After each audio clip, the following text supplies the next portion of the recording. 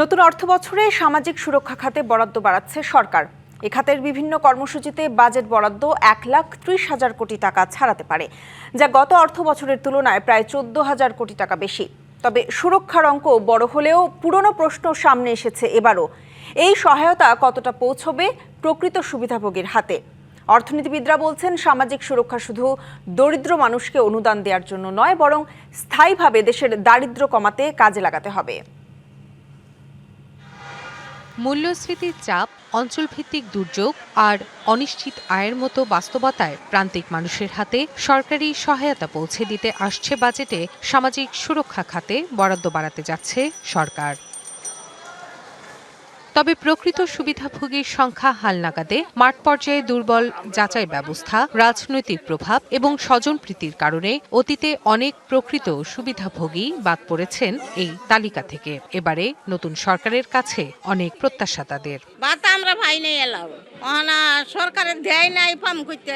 সরকার যদি আমাদের সহায়তা দিত তাহলে হয়তো আমরা একটু ভালোভাবে চলতে পারতাম। যে বাংলাদেশ সরকার যেন এই নিরীহ মানুষের জন্য সে যেন ভালো কোনো কাজ করে। আসছে বাজেটে সামাজিক সুরক্ষা খাতে বরাদ্দ আসতে যাচ্ছে 1,30,000 কোটি টাকার বেশি।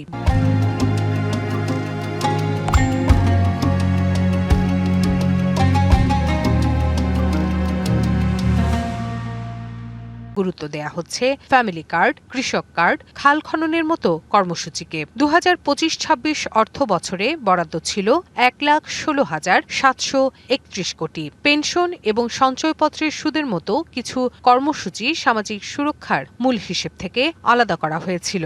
আর 2024-25 অর্থ বছরে এ খাতে বাজেট বরাদ্দ ছিল 1,36,026 কোটি টাকা।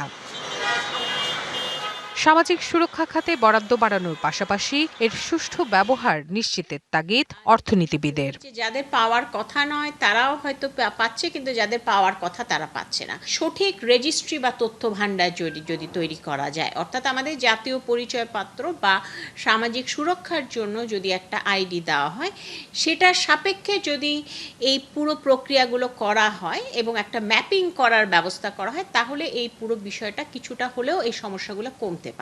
একই সঙ্গে বিচ্ছিন্ন কার্যক্রমগুলোকে সুসংহত করে বরাদ্দের অর্থ দেশের দারিদ্র্য বিমোচনের স্থায়ী সমাধান হিসেবে ব্যবহারের পরামর্শ তার। সাহায্যের মতো একটা বিষয়, এই ধারণাটা থেকে আমাদের বের হয়ে আসতে হবে। Rifat Tasnuva, DBC news, Dhaka.